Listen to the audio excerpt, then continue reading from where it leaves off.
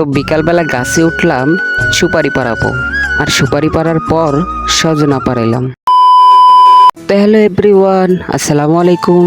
আশা করি আপনারা সবাই অনেক ভালো আছেন। তো আলহামদুলিল্লাহ আমি অনেক ভালো আছি। তো বিকালবেলা আমাদের বাড়ির সামনে চলে আসলাম, আর গাছ বেয়ে আমাদের ছাদে উঠতে হয়, তাই তাড়াতাড়ি ছাদে উঠলাম। আর অবশেষে ছাদে উঠলাম, আর ছাদে এত পরিমাণ ময়লা হয়েছে যেটা না বললেই নয়। আর কচি কচি সুপারিগুলো দেখে আর তো থাকতেই পারলাম না, তাই যেগুলো পাকা পাকা সুপারি ওইগুলো কাটলাম। আর গ্রামে যারা থাকেন তারাই বুঝবেন, গাছ জুড়ে সুপারি পাড়া, বিভিন্ন ফল পাড়া মজাই আলাদা, সেটি তারাই বুঝবেন। তো বন্ধুরা, সুপারি পাড়ার পর এখন আমি সজনা পাড়াইতাছি, আর এগুলো এত শক্ত যে কাটতাছে না, তাই একটা একটা করে কাটতাছি আর রাখতাছি।